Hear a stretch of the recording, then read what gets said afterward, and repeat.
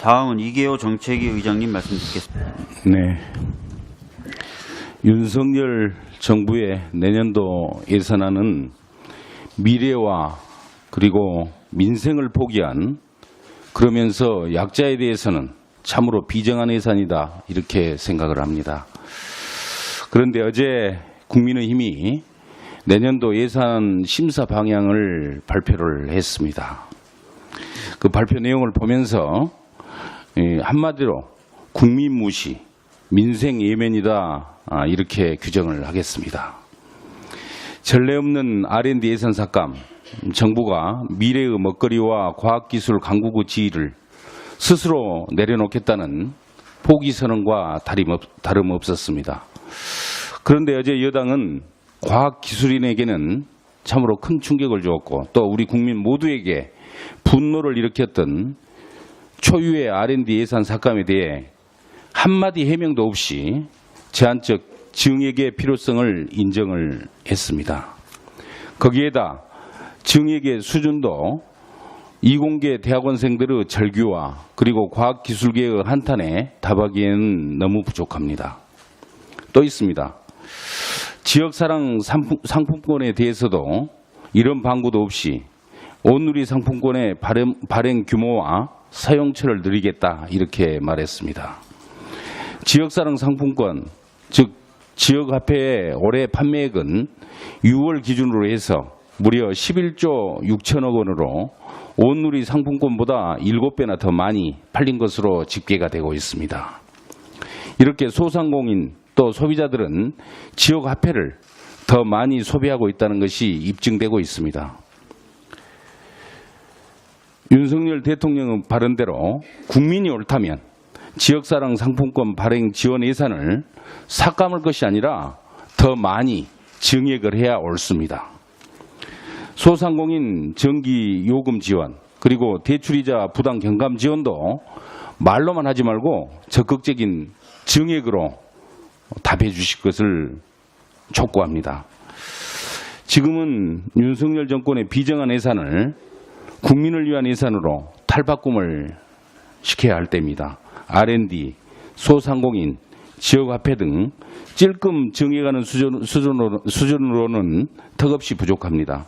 민주당은 내년도 예산안 심사 과정에서 연구개발 예산을 대폭 증액하고 지역화폐 예산을 반영토록 하겠습니다.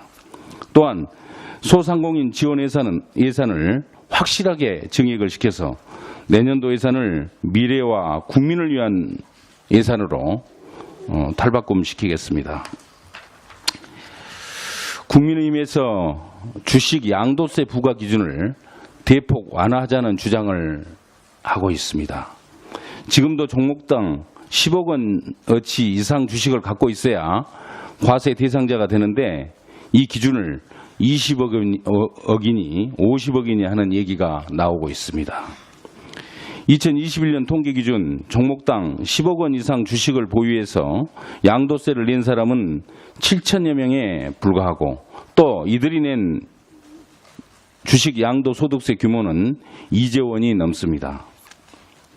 정부 여당이 부자 감세를 하다못해 이제는 주식 부자도 세금을 더 깎아주자고 하면서 엉뚱한 개미 투자자 핑계를 대고 있습니다.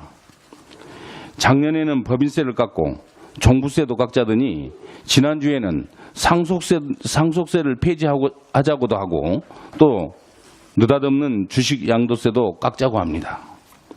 이것저것 다 깎으면 나라는 무슨 돈으로 운영할 겁니까?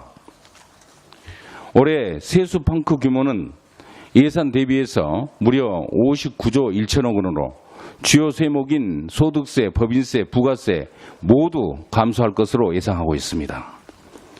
작년 실적과 비교를 하더라도 소득세는 14조 5천억 원, 법인세는 24조 원, 부가세는 7조 7천억 원이나 줄어들 것으로 보입니다. 그야말로 전방위적으로 세수가 줄고 있습니다.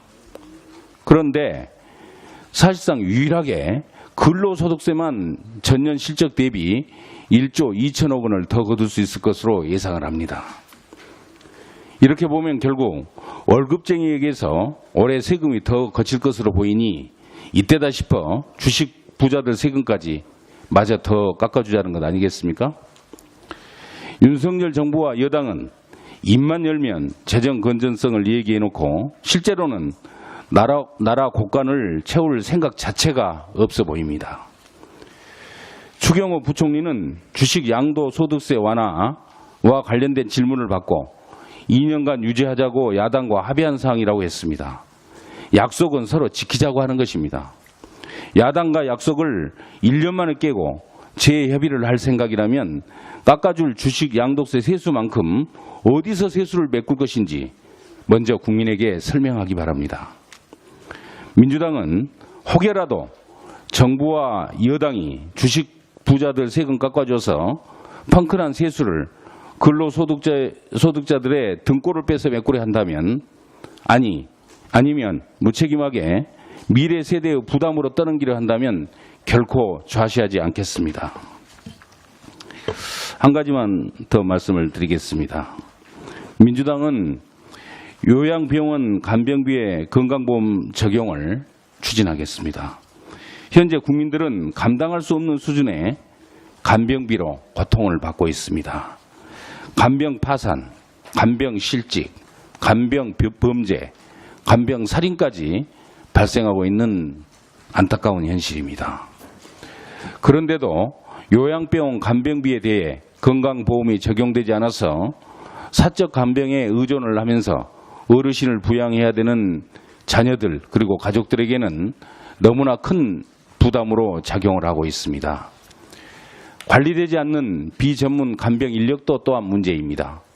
현행법에 간병인에 대한 규정과 자격 요건이 전혀 규정되어 있지 않아서 간병의 전문성은 저하되고 간병 서비스 품질 또한 크게 낮아지고 있습니다.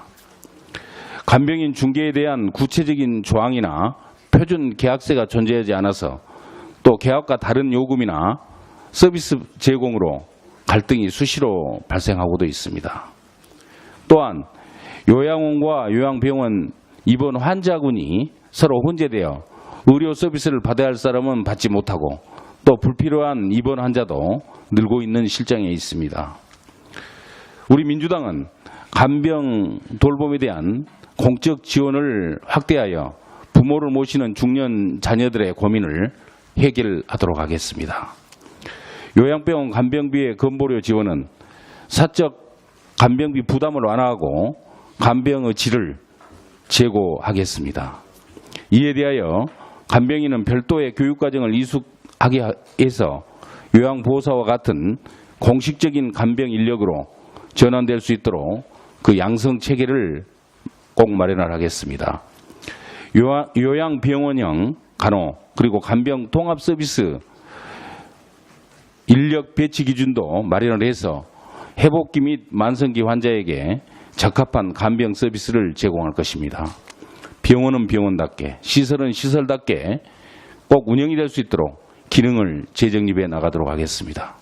이상입니다.